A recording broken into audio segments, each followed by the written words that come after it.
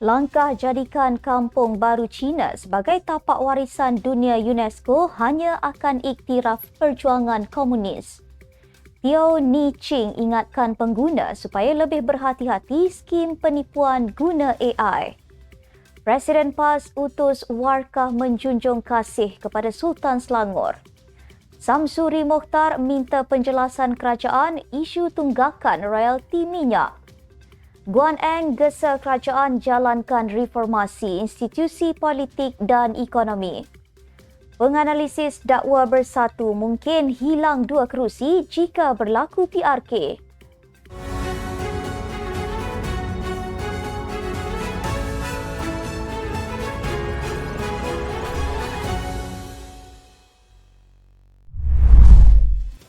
Bismillahirrahmanirrahim. Assalamualaikum warahmatullahi wabarakatuh. Salam Malaysia Madani. Bersama saya Asma Ismail dalam Netstab News edisi pagi 6 Mac 2024 bersamaan 25 Syakban 1445 Hijrah. Sebelum itu jangan lupa untuk subscribe YouTube Netstab TV dan follow Facebook Netstab Malaysia.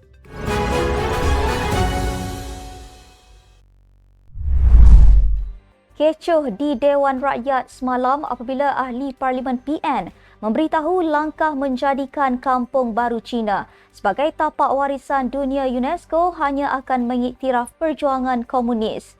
Ismail Abdul Muttalib PN Maran berkata demikian ketika mengkritik cadangan Menteri Perumahan dan Kerajaan Tempatan Nga Komeng agar Kampung Baru Cina dicalonkan sebagai tapak warisan dunia UNESCO bagi mengiktiraf nilai kebudayaan dan sejarahnya. Beliau juga mempersoalkan kewajaran Nga ketika mengutarakan cadangan itu dan membangkitkan pewujudan penempatan itu sebagai langkah untuk mengekang pengaruh komunis. Susulan itu, RSN Raya PH Jelutong membangkitkan peraturan mesyuarat 36/10/C yang menghalang ahli parlimen untuk menggunakan perkataan yang boleh menimbulkan rasa sakit hati atau permusuhan antara kaum. Ngeh Koham PH Beruas dan Sani Hamzan PH Hulu Langat kemudian bersama-sama meminta Ismail untuk menarik balik kenyataannya yang mengaitkan Kampung Baru dengan komunis. Namun, Ismail bertegas yang penempatan itu diwujudkan untuk menyelamatkan masyarakat Cina dan juga Melayu daripada pengaruh komunis. Timbalan yang di-Pertua Dewan Rakyat Alice Lau akhirnya mengarahkan Ismail untuk menarik balik kenyataannya dan beliau akur dengannya. Timbalan Menteri Komunikasi Teo Ni Ching mengingatkan pengguna media sosial supaya lebih berhati-hati dengan sindiket penipuan menggunakan kandungan yang dihasilkan oleh teknologi kecerdasan buatan AI untuk memperdaya orang ramai. Beliau mengeluarkan peringatan itu susulan penyebaran satu klip video yang memaparkan Perdana Menteri Datuk Seri Anwar Ibrahim bercakap mengenai satu skim pelaburan dengan jaminan pulangan lumayan yang disunting menggunakan teknologi AI. Ni Ching berkata beliau telah menghantar pautan video berkenaan kepada pihak Meta untuk diturunkan daripada semua platformnya. Mengulas lanjut, Ni Ching berkata syarikat gergasi teknologi atau penyedia platform media sosial seperti Meta, TikTok dan Google juga perlu mengkaji kaedah untuk memaklumkan jika sesuatu kandungan dihasilkan menggunakan teknologi AI supaya pengguna tidak mudah tertipu. Katanya, kerajaan juga sedang mengkaji kaedah untuk merapatkan kerjasama dengan syarikat gergasi teknologi atau penyedia platform mengenai perkara itu.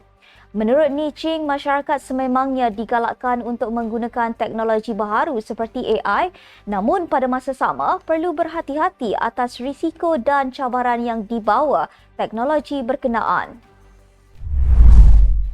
Presiden PAS Tan Sri Abdul Hadi Awang mengutuskan warkah menjunjung kasih kepada Sultan Selangor, Sultan Sharafuddin Idris Shah. Pejabat Presiden PAS dalam kenyataan ringkas memaklumkan, warkah itu diserahkan kepada Setiausaha Sulit Sultan Sharafuddin, Datuk Muhammad Munir Bani. Pada 29 Februari lalu, Sultan Sharafuddin menzahirkan rasa amat duka cita dengan kenyataan Abdul Hadi yang ditujukan kepada alim ulama, peguam, hakim, ahli-ahli parlimen dan Dewan Undangan Negeri serta Raja-Raja Melayu. Kenyataan yang dikeluarkan oleh Abdul Hadi itu bertajuk Ketinggian Islam Wajib Dipertahankan pada 20 Februari lalu di portal berita pas.org.my. Menurut Muhammad Munir, baginda menzahirkan duka cita itu menerusi satu surat yang diutuskan kepada Pesuruhjaya PAS Selangor, Datuk Dr. Abdul Halim Tamuri bertarikh 27 Februari. Baginda turut menasihatkan supaya Abdul Hadi lebih berhati-hati di masa hadapan agar tidak mengulangi perbuatan menghina Raja-Raja Melayu melalui kenyataan beliau yang boleh memecah belahkan umat Islam di negara ini. Menteri Besar Terengganu Datuk Seri Dr. Ahmad Samsuri Mokhtar menggesa Perdana Menteri Datuk Seri Anwar Ibrahim memberi penjelasan berhubung tunggakan pembayaran wang royalti minyak negeri Terengganu yang masih belum diterima untuk tahun lalu. Katanya, tindakan melewatkan pembayaran wang royalti kepada Kerajaan Negeri Terengganu itu merupakan satu penindasan. Menurutnya, Kerajaan Madani pimpinan Datuk Seri Anwar sudah pasti tidak mahu dikenang oleh generasi akan datang sebagai kerajaan yang tidak membayar tunggakan royalti. Pada 27 November tahun lalu, Ahmad Samsuri dilaporkan berkata Kerajaan Terengganu hanya menerima sebanyak RM510 juta royalti petroleum setakat ini. Jumlah itu adalah berbeza berbanding anggaran royalti petroleum atau wang ihsan dalam belanjawan 2023 berjumlah 1.524 bilion.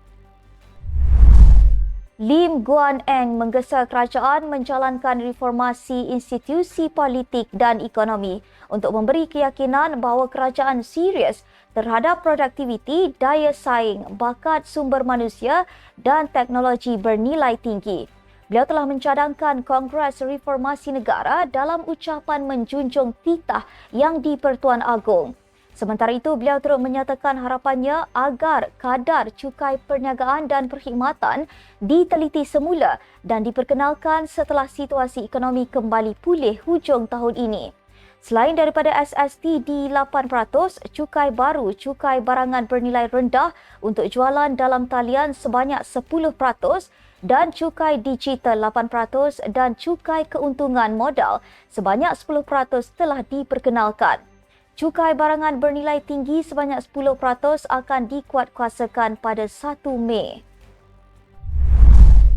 Penganalisis berpandangan 2 daripada 6 ahli bersatu yang menyatakan sokongan kepada Perdana Menteri dikatakan mampu mempertahankan kerusi masing-masing sekiranya berlaku pilihan raya kecil PRK.